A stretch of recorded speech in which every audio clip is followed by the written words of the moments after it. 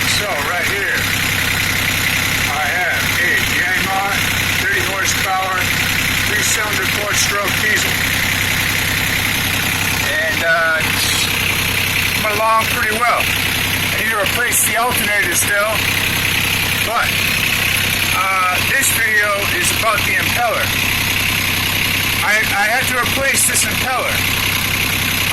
One of the vanes in it came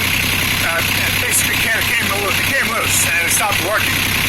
So I noticed that there wasn't water flowing up into this thing, so it's no suction.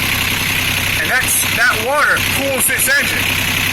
So always check to make sure your impeller is working, or else your engine will overheat and then it'll seize and you might lose your engine.